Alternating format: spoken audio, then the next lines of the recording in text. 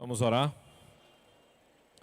Santo e eterno Deus, graças te damos, ó Senhor, pelo teu amor sobre nós, e te pedimos, ó Pai, que tu nos auxilie na manhã de hoje a aprender mais sobre esse assunto, para a tua honra e glória, Pai. Em nome de Cristo é que te oramos, ó Senhor. Amém. A gente já tem trabalhado algumas semanas sobre essa temática, e hoje mais especificamente a gente vai tratar algumas abordagens, algumas questões acerca de disciplina, certo? Mas não vai focar somente nisso, vai ser uma abordagem um pouquinho mais abrangente. E aí eu já queria abrir o nosso encontro de hoje citando John Bunyan, onde ele diz o seguinte: se os pais levam a disciplina amorosamente em direção aos seus filhos, misturando as suas misericórdias com repreensão amorosa e as suas repreensões amorosas com as suas compaixões paterna e materna, é mais provável que eles salvem seus filhos do que se forem indelicados e severos para com eles. O que é que Bunyan está querendo lembrar a gente a respeito desse tema que tem sido tão polemizado nos dias de hoje? Muita gente confunde disciplina com espancamento, certo? Ou com ira, que a gente vai tratar também na manhã de hoje. Então, é como se a gente normalmente caminhasse para os extremos. Então, os pais que não concordam com a disciplina física, vou usar essa expressão, certo? Com a disciplina física irada, eles não vão disciplinar por hipótese alguma.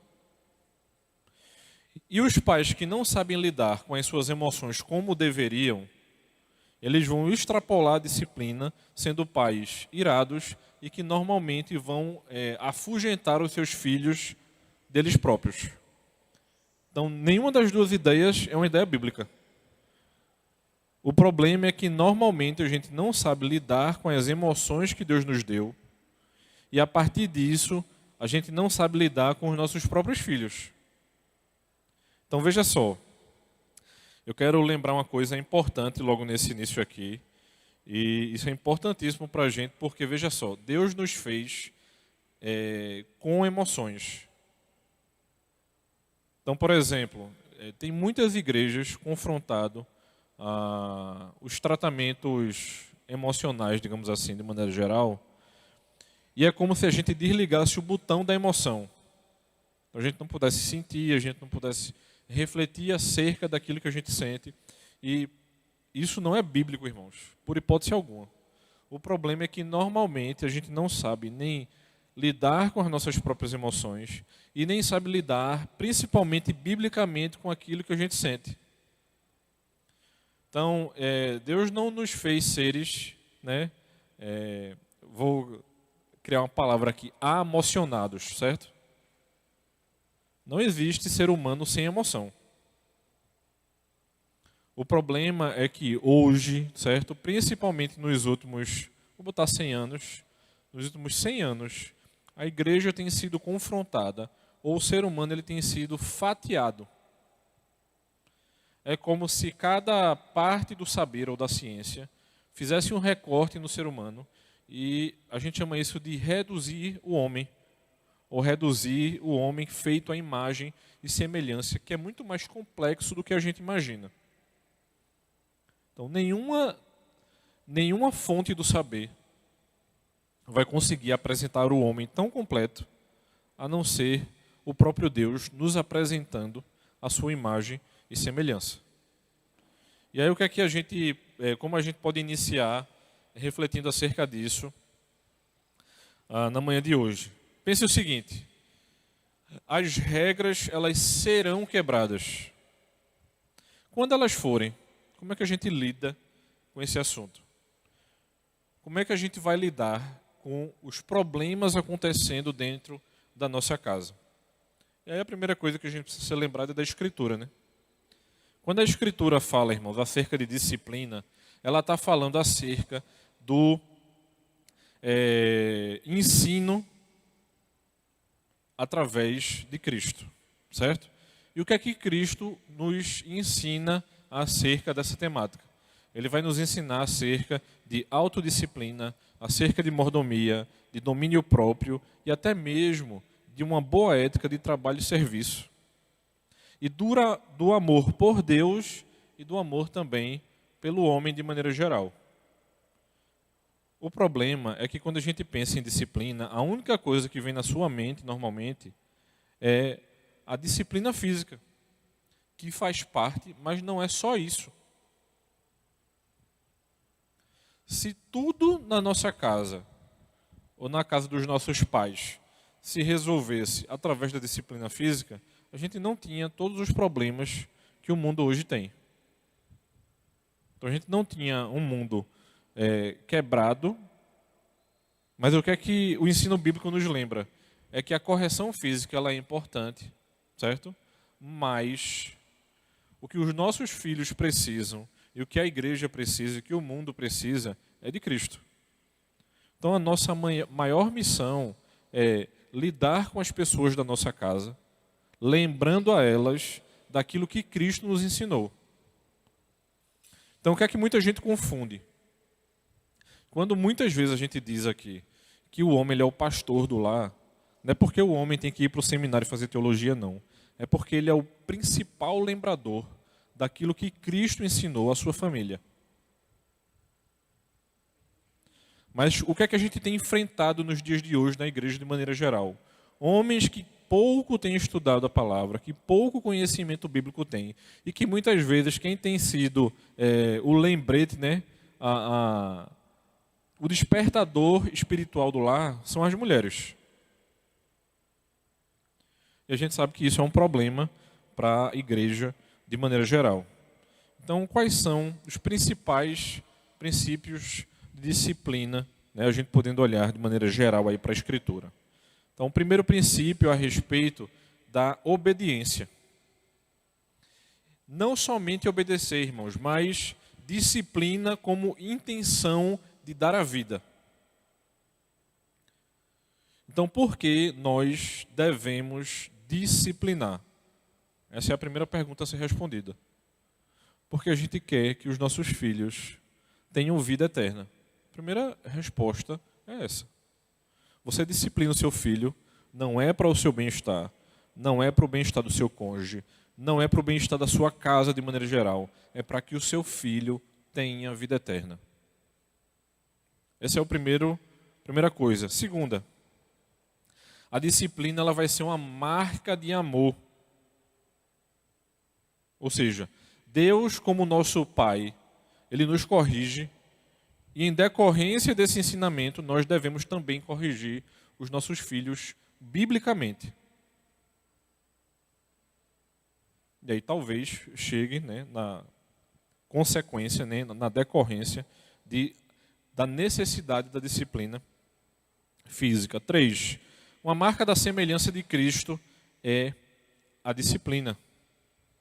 Então, semelhantemente, assim como nós somos disciplinados pelo nosso Pai espiritual, da necessidade da morte de Cristo na cruz, para que houvesse possibilidade de estarmos diante de Deus, para que nós não tivéssemos uma disciplina final no aspecto de morte espiritual eterna. A gente é lembrado dessa questão. 4. A disciplina ela vai trazer deleite e fruto à vida daquele que a recebe. Então, normalmente, quem está sendo disciplinado, né? Eu gosto de lembrar muito da disciplina eclesiástica. Normalmente, quem está sendo disciplinado, por conta da sua obstinação pecaminosa, ele não vai querer ser. Mas depois que o Espírito Santo faz com que aquela pessoa caia em si, que você reconversa com aquela pessoa, ela vai dizer para você: eu precisava daquele momento de disciplina. Aquilo foi importante para que o meu coração voltasse para Cristo. Mas normalmente a gente perde de vista essa questão, né? Assim como nos lembra o texto de 2 Timóteo 3, o ponto 5 vai dizer que a disciplina, a repreensão e a correção levam à justiça. E uma das coisas que eu acho mais interessante aqui é porque muitas vezes algumas pessoas que foram criadas no Evangelho, por conta dessa estrutura bíblica de disciplina, mesmo se afastando de Deus, elas mantêm algumas coisas que foram ensinadas a elas. E se você perguntar a ela por que ela continua fazendo aquilo, é que na cabeça dela, aquilo que foi ensinado é o correto. Mas ser só correto para a gente, irmãos, não resolve a questão. Ponto 6.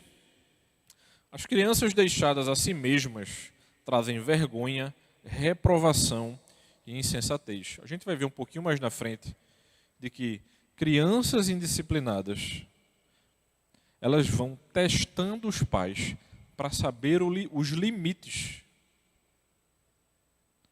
E elas vão descobrindo que não há esse limite. E a não existência de limite faz com que ela entenda que não está sendo amada.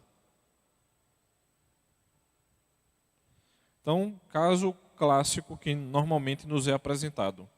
Pais que não põem o pé em casa, que acham que a única coisa que eles precisam fazer é correr atrás de dinheiro, e a única resposta amorosa deles é através de presentes,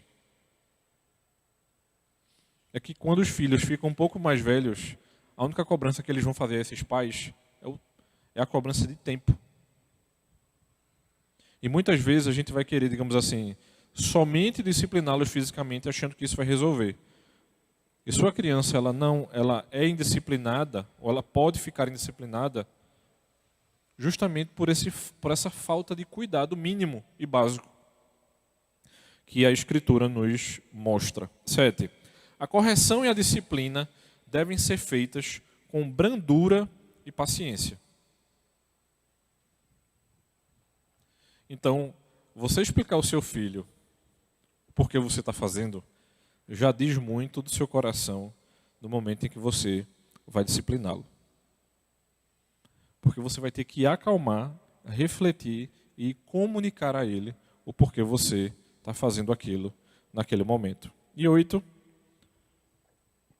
os pais nunca devem provocar a ira dos seus filhos ou irritá-los.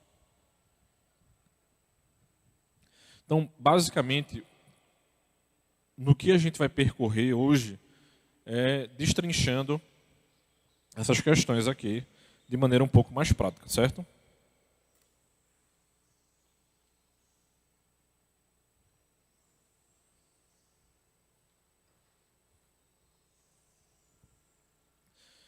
Então, o que é que a gente vai começar a perceber na prática a respeito daquilo que eu disse a vocês a partir dos textos bíblicos? É que a disciplina, irmãos, ela nunca se destina, em primeiro lugar, ao benefício de um pai ou de um adulto. Ela não existe pelo bem de uma vida doméstica confortável ou da facilidade. Então, o comportamento dos seus filhos nunca foi destinado a ser uma marca de sucesso, uma medalha ou uma joia da sua coroa. Sabe quando algumas pessoas chegam para dizer assim, mas meus filhos são muito certinhos.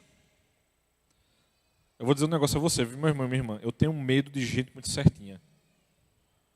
Porque eu fui uma criança muito certinha.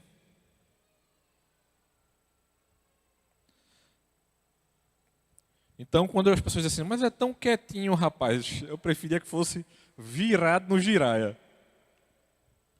Porque os mais calmos e silenciosos, eles muitas vezes não vão repassar para nós o que está passando na sua mente e no seu coração. Só me vem à mente aquele texto do paralítico que é curado. Cristo não chega para aquele homem e diz para ele, você está curado.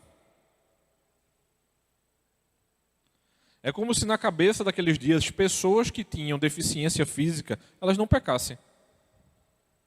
Porque só quem peca é quem consegue andar, por exemplo. E a gente sabe que não é assim que as coisas funcionam. O que Cristo diz para aquele homem é o seguinte, os seus pecados estão perdoados. Eu não vou ficar conjecturando muito a respeito da vida daquele homem, não, né? Voltando para cá um pouquinho. Por quê? Porque normalmente é como se a gente se preocupasse mais com aquilo que a gente vê do que aquilo que não está sendo dito e a gente não vê. E o que a gente precisa provocar no coração dos nossos filhos e das nossas crianças aqui na igreja é indagá-los e questioná-los se eles entendem, sabem, né, e pensam acerca desse evangelho. Então a primeira pessoa que perde o filho é o pai e a mãe. Porque se na nossa cabeça a única coisa que faz com que as coisas se resolvam é a disciplina física, a gente não entendeu biblicamente o que deve ser feito.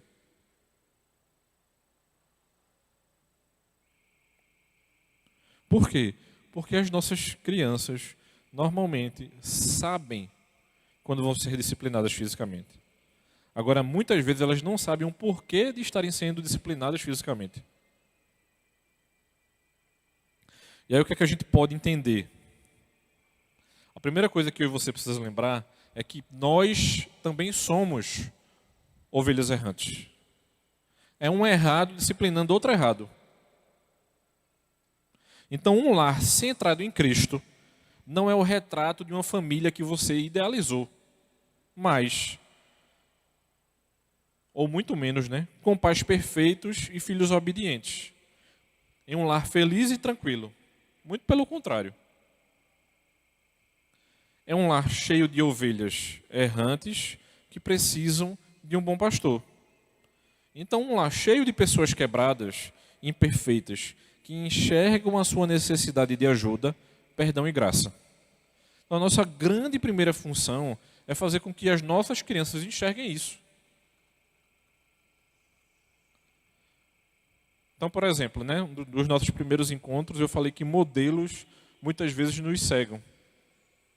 Eu vou dizer a você com muita tranquilidade, a disciplina de maneira geral muitas vezes nos cega.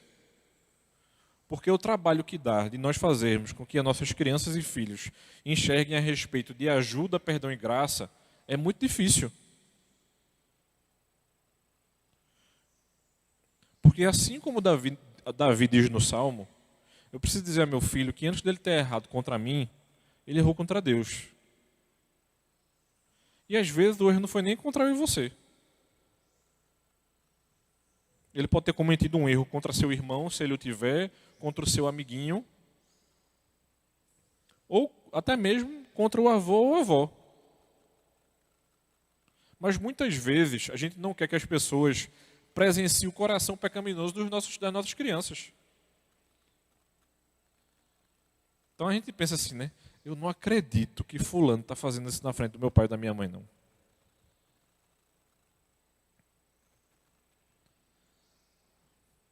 Isso é uma idolatria, irmãos, da imagem da sua casa. Porque as pessoas não podem saber que seu filho é assim. Por a gente conviver em comunidade, é mais difícil a gente camuflar algumas coisas.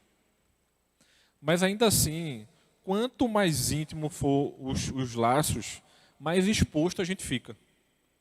E dentro dessa exposição, né, quando os nossos filhos vão ficando um pouquinho mais velhos, a gente começa a dar algumas outras orientações. E dentro daquilo que a gente, digamos assim, imagina que quer que aconteça, quando a coisa sai do nosso controle, às vezes você vai disciplinar seu filho, não porque você entendeu, né, a razão daquela disciplina, e às vezes você nem comunica a ele quando você deveria, mas é simplesmente porque a sua imagem está sendo afetada. É como se a gente pensasse, o que é que fulano, cicrano ou beltrano está pensando em mim agora? Ele pode realmente, irmão, estar pensando um bocado de coisa. Mas se a gente lembrar da nossa realidade pecaminosa, a única coisa que a gente vai pensar é o seguinte: aquela criança, ela é uma criança pecadora, igual a nós, adultos pecadores, e se tiver um bocado de criança brincando, a gente vai lembrar que são crianças em pecado, brincando, e que vão precisar ser constantemente instruídas até a sua vida adulta. E quando chegarmos à nossa vida adulta, a instrução ela não vai parar de acontecer, porque a Bíblia constantemente nos instrui. E ao virmos para a igreja, a instrução continua. Então a gente não pode se iludir, e muito menos iludir os nossos filhos, achando que a gente não vai ser nunca mais instruído. Porque a gente sabe que o nosso coração só parará, ou só encerrará essa instrução, das duas uma. Ou se a gente morrer, ou se Cristo voltar. Isso é um fato para a gente. Uma outra coisa. A ira nos pais, irmãos, tem consequências muito sérias. Certo? Então, a ira dos pais, a gente pode dizer tranquilamente que a ira na sua casa, ela é um assassino da graça. Ela não está matando ninguém ainda. Mas ela está mostrando para o seu filho que você não tem domínio próprio sobre aquilo que você sente. E você muitas vezes vai tentar colocar a culpa em alguém. Ou vai tentar dizer que você é assim, certo? E que isso não muda, que é mentira. Ou você vai tentar dizer o seguinte: mas se fulano ou cicrano não tivesse feito isso, eu não teria reagido dessa maneira. Que também só está contando o pecado de outro jeito. A mentira é a mesma. Então, irmãos, a falácia de Gabriela, certo? Ela é uma falácia. Sabe qual é a falácia de Gabriela? Eu nasci assim. Como é? Eu sempre fui assim. Eu vou dizer a você de uma vez por todas hoje, certo? Você não vai morrer assim.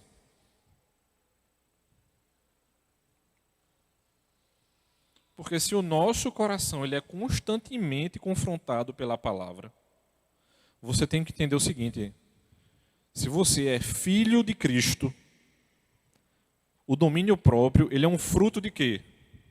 Do Espírito. E a gente precisa aprender a lidar com aquilo que a gente sente. Então, respostas iradas na criação dos filhos nunca estão relacionados com amor e a preocupação por uma criança. Você só está afastando o seu filho de você. É a única coisa que você está conseguindo com a sua ira. Porque ira, irmãos, tem a ver com o nosso coração. E vai fazer com que o seu filho tenha medo de você. Quando, na verdade, os nossos filhos deveriam temer a Deus e não a nós. Em primeiro lugar. Então, o que é que a ira vai fazer em relação às nossas crianças? Ela vai infundir na criança o temor a você, né, a pessoa, em vez do temor a Deus. Ela vai ensinar que qualquer pecado e fracasso irão resultar numa hostilidade. Então, Deus não passa a ser um Deus de amor, mas passa a ser um Deus hostil. Para que eu vou querer me relacionar com Deus que só me disciplina o tempo inteiro? Porque o meu pai ou a minha mãe, né, a depender de quem é o descontrolado dentro de casa, às vezes é os dois, não sabe lidar com as suas emoções e passa a imagem de um Deus que não existe. Ela vai esmagar o espírito da criança e ela vai deixar seus filhos amargurados e alienados de você e talvez até mesmo de outros. Então, normalmente, crianças que não querem se relacionar com adultos, normalmente, eu não vou dizer que sempre, mas normalmente, tem a ver com isso aqui. Porque eu não sei. Vai que esse amigo ou amiga do meu pai ou da minha mãe é igual a ele. Se eu cometer um erro contra ele, o que é que ele vai fazer comigo? E isso tem muito a ver, irmãos, com aquela questão que eu disse a vocês. O pecado do outro não nos dá a liberdade de ter atitudes e reações pecaminosas. Então, se eu começo a trabalhar no meu coração em ser um pai e uma mãe compassivo ou compassiva, eu vou mostrar ao meu filho que ele errou, que ele vai precisar pedir perdão a Deus. Mas assim, né, pegando o exemplo da pregação de hoje, né, mas assim como Deus teve pena dos assírios, Ele também tem misericórdia de nós e nos dá um tempo para que o nosso coração seja tratado. O problema é que normalmente a gente quer essa compaixão para nós, mas a gente não sabe ser compassivo. Então está vendo que disciplinar o filho, ou mostrar a ele como se lida com o erro, tem a ver muito mais com um pastoreio do coração do que simplesmente disciplinar, seja fisicamente ou através de um castigo, por exemplo. E tem a ver com repetição também, irmãos. Ele vai errar, a gente vai conversar, ele vai errar de novo, a gente vai conversar. Seu filho está em formação. Então pare e pense. Se o povo de Israel vivia sendo disciplinado como adultos, de maneira geral, no Antigo Testamento, é um exemplo muito claro para a gente, que dirá eu e você, e que dirá ainda mais aos nossos filhos. Ou você não lembra das orações que você faz pedindo perdão a Deus, que você diz assim para ele: Senhor, eu errei mais uma vez contra ti. Então o perdão que a gente quer receber, irmãos, é o mesmo perdão que a gente repassa para os nossos filhos. E essa questão da ira é uma questão muito séria e importante. Sabe por quê? Porque a gente vai começar a entender, e quanto antes você entender isso, e mostrar para o seu filho que o perdão ele é essencial, eu diria que o espírito da sua casa ele vai mudar completamente. Porque se criar filhos capazes de olhar honestamente para si mesmos e confessar o seu pecado e fracasso, requer um lar que faça do perdão um valor. Se você deseja uma família que seja um modelo de Cristo, você precisa exibir para o seu filho pertencimento, aceitação, bondade e compaixão, enquanto demonstra perdão.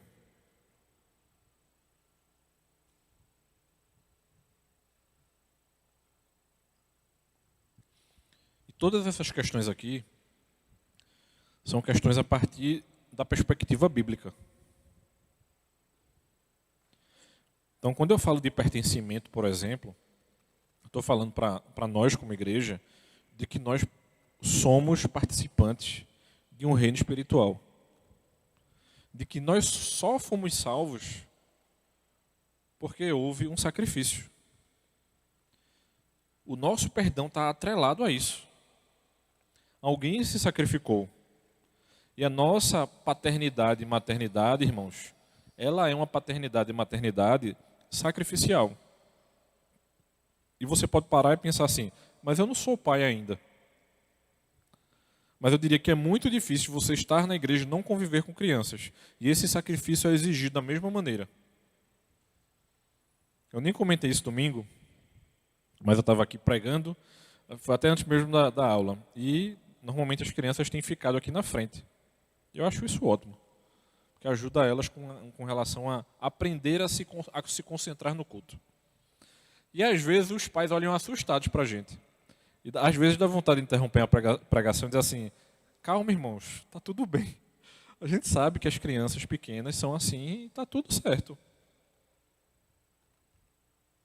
Mas o problema é que às vezes você já passou por essa fase. Você está pensando assim: fulano não para de falar, ou de se mexer, ou de trocar de lugar e tudo mais. Você está lembrado que aquele ser humaninho é um pecador?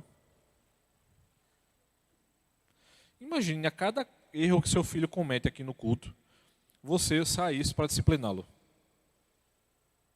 Você não ia acompanhar nem metade da pregação. Eu já sei que é difícil a gente conseguir acompanhar quando a gente está com uma criança pequena, certo? Mas essa questão do perdão, da bondade e da compaixão, ela é muito importante para a gente. Por quê? A gente olhar para o nosso próprio coração, a gente está reagindo e dizendo ao nosso filho que a gente quer ter uma vida piedosa. E ele vai começar a desejar isso. E aí a grande pergunta que surge aqui é: o que nós estamos fustigando no coração dos nossos filhos? Medo ou desejo de piedade? Porque nenhum dos dois extremos fazem isso. Se você não disciplina seu filho por hipótese alguma, você está errado. Mas se você só disciplina o seu filho, você está errado também.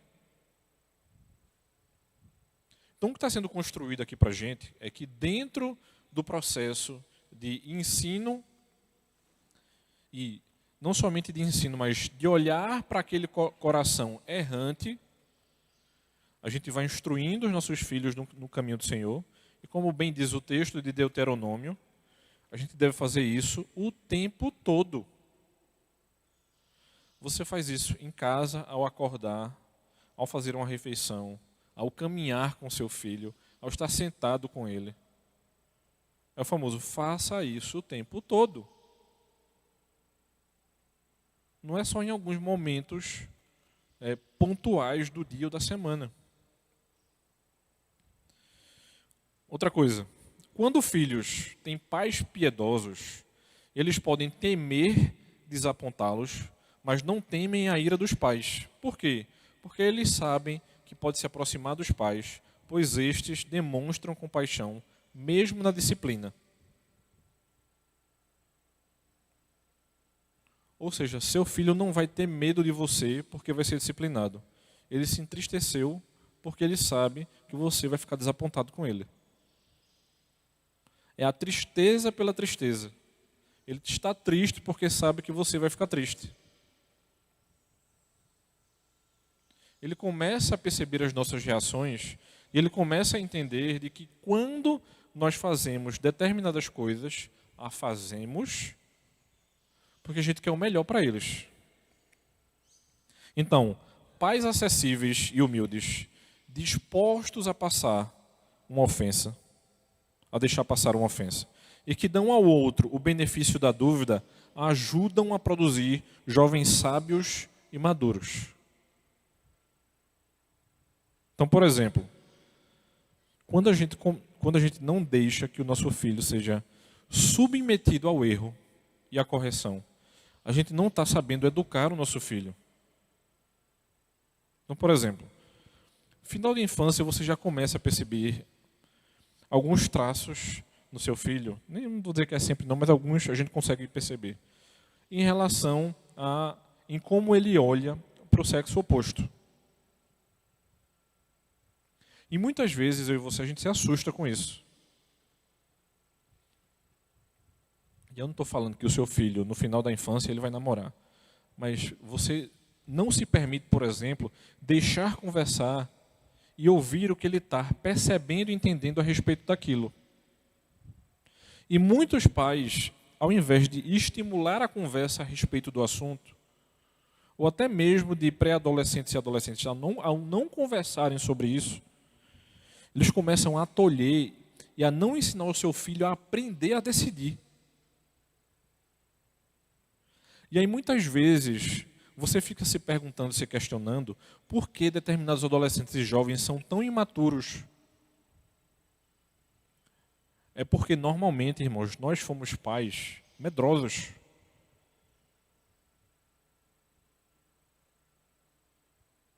Eu lembro como se fosse hoje, minha mãe, sem querer deixar eu pegar ônibus.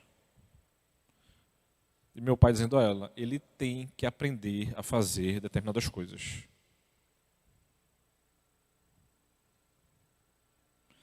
Você começa a testar o seu filho com coisas simples. Para que quando as coisas mais complexas chegarem, eles saibam decidir biblicamente.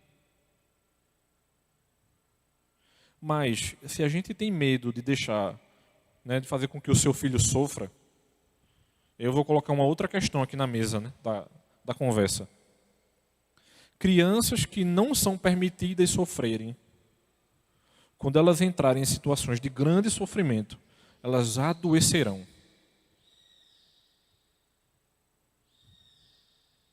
Porque às vezes a gente coloca os nossos filhos numa bolha tão grande,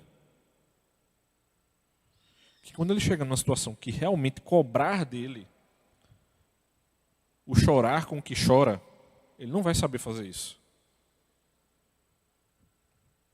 Vocês estão entendendo que as nossas emoções, elas vão sendo construídas e que nós, como pais e pessoas que lidam com crianças, nós somos instrumentos nas mãos de Cristo para que elas possam passar por essas situações conosco, assistindo, conversando e orando com elas, e não colocando-as numa bolha.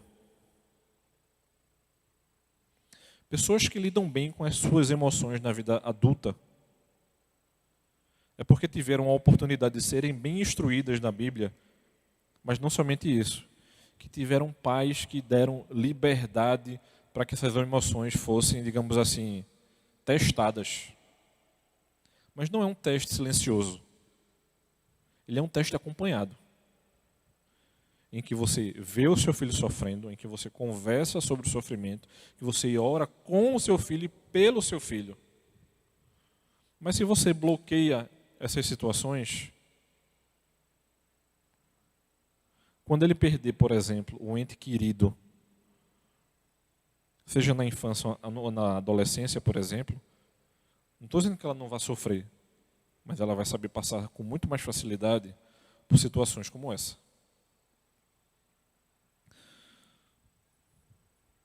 Então, isso vai cair aonde? Nas regras da sua casa. Então, o cotidiano vai apresentando a mim e a você, o dia a dia, em como as coisas acontecem. Então, por exemplo, se algumas regras ajudam a manter a casa funcionando, por exemplo, quem vai levar o cão para passear, a hora do banho, quem tem quais tarefas domésticas, etc., isso mostra a mim e a você a questões de funcionamento básico. Por outro lado, outras regras têm como objetivo incutir um bom caráter e ensinar os caminhos de Deus. Então, por exemplo, como a gente fala com os outros, que linguagem é aceitável, regras sobre generosidade, honestidade, servidão, uso da tecnologia e do dinheiro. Então, se a gente vai, digamos assim, colocando o seu filho sobre determinadas situações, um bom exemplo disso aqui é o seguinte. Para mim, o teste perfeito das regras da sua casa é o curso de noivos. Que é quando você pega o homem e a mulher e diz assim, eu tenho as regras de um lar, eu tenho as regras de outro lar. Como é que a gente coloca isso para que um novo lar comece a funcionar? Tem regras, irmãos, que é pura e simplesmente da sua conveniência. E tem regra que é ensino bíblico que você não vai poder abrir mão dela. É tipo assim, por que você não pode entrar de sapato na sua casa? Isso é na sua casa, vai ter outra casa que com certeza a pessoa vai entrar com sapato.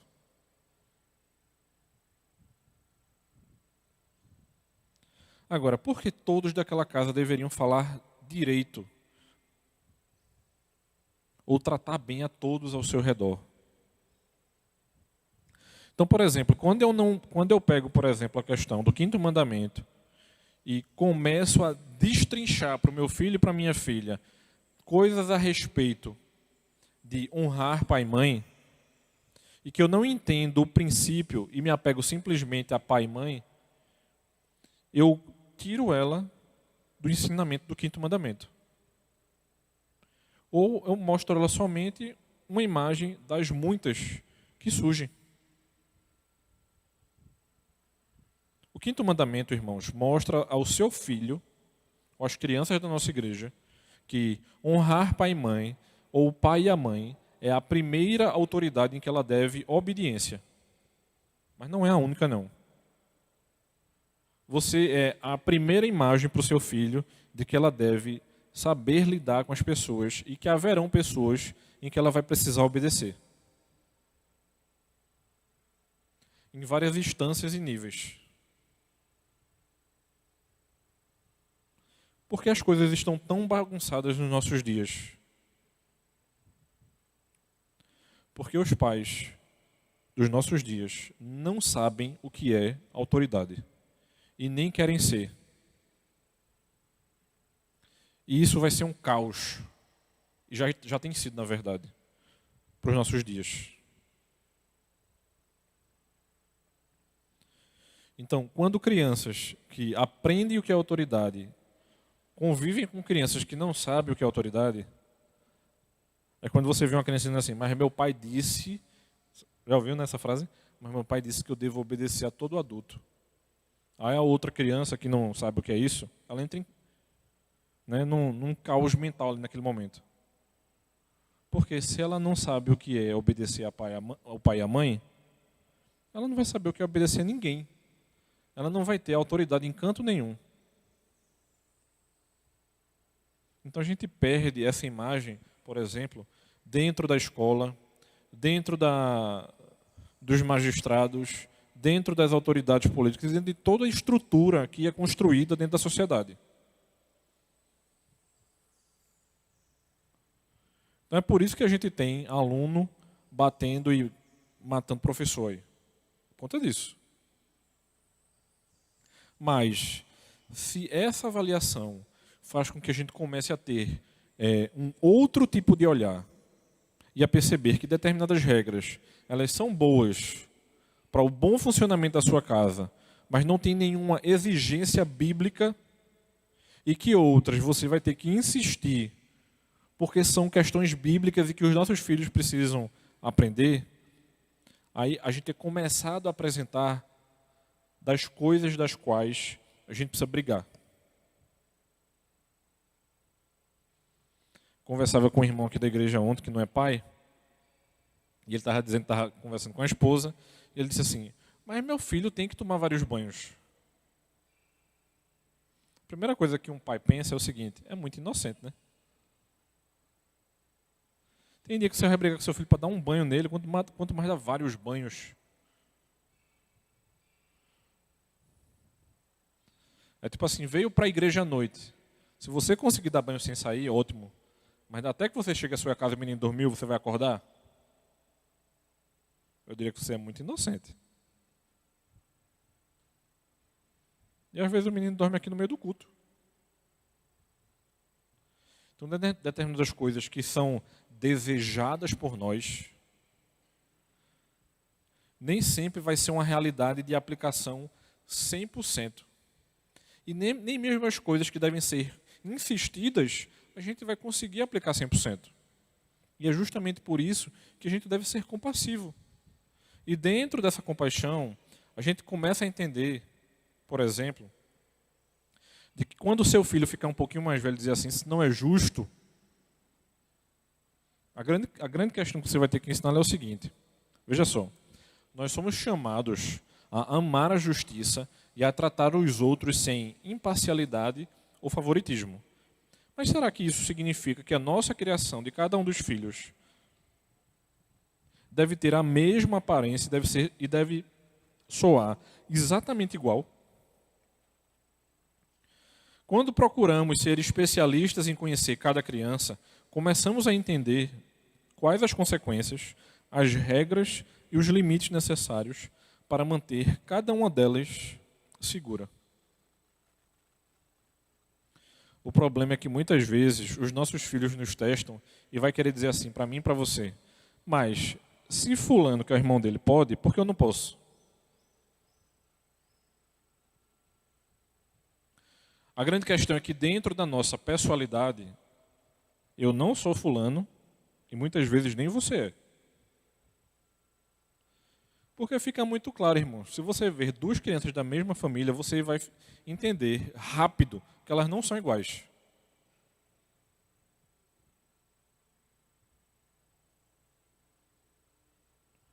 Então, por exemplo,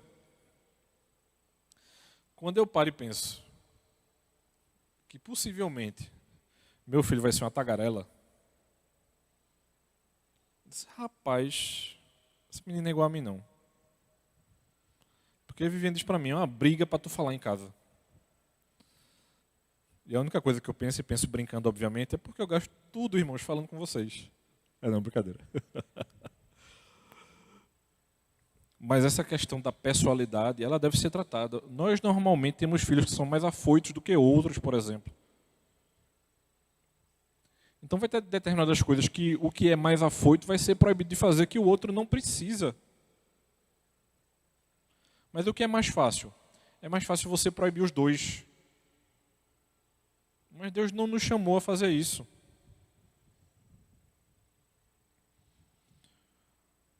Eu lembro quando o Ronaldo estava expondo o texto de falar de beber vinho, por exemplo. Normalmente, o tema de bebida alcoólica na igreja normalmente é caos e confusão e tudo mais, né? Mas pare e pense o seguinte. O abster-se tem a ver com o amor ao próximo. Então eu lembro como se fosse hoje. Conversava eu com um pai mais maduro aqui da igreja, e ele relatando para mim o controle que ele precisou ensinar ao filho que tinha uma determinada paixão pela bebida. Mas ele não tolheu todos os seus filhos. Ele controlou o desejo do que tinha uma paixão pela bebida. Mas o que é mais fácil? Eu ensinar o que tem paixão por uma coisa que não deveria ter, ou proibir logo todo mundo? Se você passar essa régua, normalmente muitas igrejas fazem isso. Eu lembro como se fosse hoje. Meu pai foi numa ótica com a minha mãe, e ao voltar para casa, ele disse assim: tu não sabe quem eu encontrei. Mas eu quem? Isso eu era adolescente, certo? Um dos grandões aí da Assembleia de Deus. Eu disse, ele foi. Sabe o que é que ele me disse? Que ele tinha 3 televisões em casa. Eu disse, interessante. Até a Assembleia de Deus virar a chave e ter uma TV própria, nenhum membro da Assembleia de Deus podia ver TV. O que é mais fácil? A gente ensinar aos nossos filhos o que pode ser assistido, e obviamente, quanto mais novo, maior o controle, obviamente. Ou eu dizer que ele não pode ver. Porque eu dizer para ele que ele não pode fazer não tem nada a ver com ensino, irmãos. Obviamente, a gente vai instruir os nossos filhos e vão ter coisas que eles realmente não vão poder fazer. Mas a gente vai explicar e ensinar do porquê daquilo. Ou do porquê ainda não.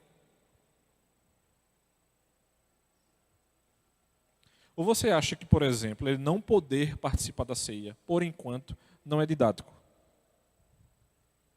É por isso que a gente faz tanta questão que as crianças participem visualmente da ceia. Para que elas desejem estar aqui. E elas queiram participar daquele momento. Por que meus pais participam e eu não? Para que você, meu irmão e minha irmã, possa ensinar que aquele momento especial vai ter o tempo dele também.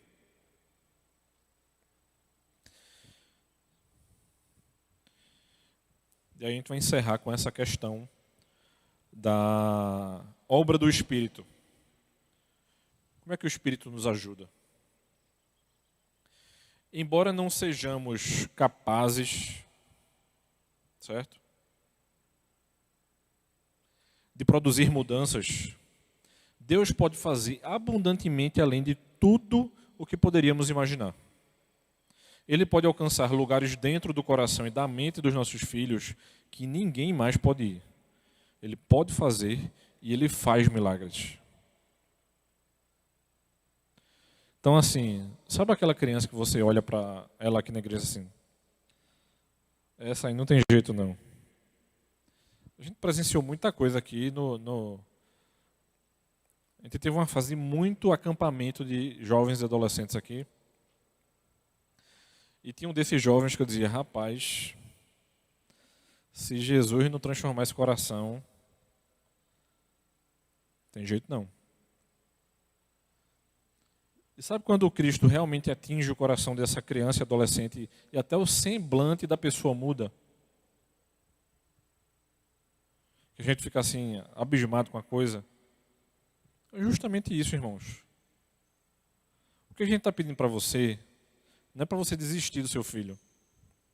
Vai ter muita coisa que eu e você a gente não vai saber fazer. A grande pergunta é se você tem tentado resolver sozinho ou se você tem entregue isso nas mãos do Senhor. Porque se a gente sabe que Deus tem cuidado de nós, porque muitas vezes a gente fica dando murro em ponta de faca. Se Deus move montanhas, abre mares, ressuscita mortos e faz os cegos enxergarem, se a gente tem um Pai amoroso que nos mostra o caminho quando tudo parece ser desesperador e a gente se sente desamparado, eu preciso mostrar essa mesma realidade para o meu filho.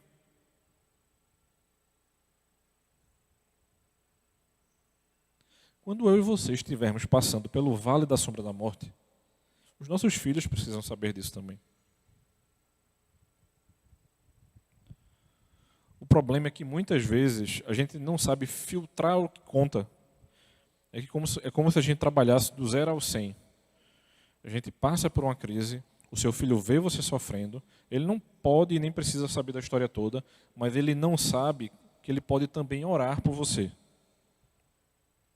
Eu lembro como se fosse hoje, em conversa com um adolescente aqui da igreja, e ele estava entrando, eu tenho certeza, se não tivesse havido aquela intervenção, ele ia entrar numa depressão profunda. E eu perguntando para aquela irmãzinha naquele momento, eu disse para ela, por que você tem sofrido tanto? É porque eu estou muito preocupado com os meus pais. E ela me contou a história, né? E aí eu disse a ela, minha irmã, lembre-se de uma coisa. Você não sabe do que acontece quando a porta do quarto dos seus pais fecha. Você não sabe do que eles compartilham e você não sabe da vida de oração deles. E se você continuar sofrendo por isso, você está travando uma briga que ninguém consegue suportar. Eu estava querendo ensinar para aquela menina, na época, é que ninguém consegue suportar a pressão de ver qualquer pessoa sofrendo e não entregar aquilo ao Senhor. Mas o que muitas vezes nossos filhos esquecem é que a briga de pais é uma briga dupla. É você e o seu cônjuge orando, muitas vezes contra um adolescente ou dois, achando que vocês dois não estão entregando aquilo aos pés do Senhor, estão orando juntos. E na cabeça dela, ela só estava enxergando o sofrimento. Por quê? Porque não haviam compartilhado os pais para dizer para ela que nós estamos sofrendo sim, mas nós temos orado todos os dias, nós temos entregue isso ao Senhor.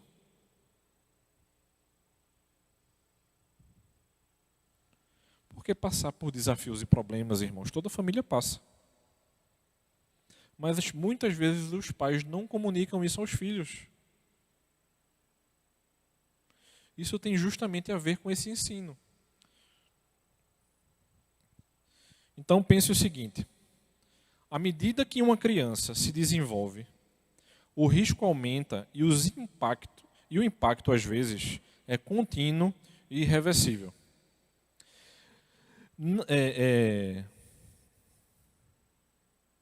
Acho que é não aqui, certo? No resgate do seu filho, tá, faltou alguma coisa aqui, né? Tá até difícil de ler aqui a frase. Vou ajustar a frase aqui, certo? No trabalho árduo do resgate do seu filho, das situações dolorosas ou das decepções, fique ao lado deles, caminhe junto com ele, pastoreie-os e guie-os, mas não os poupe de lições importantes.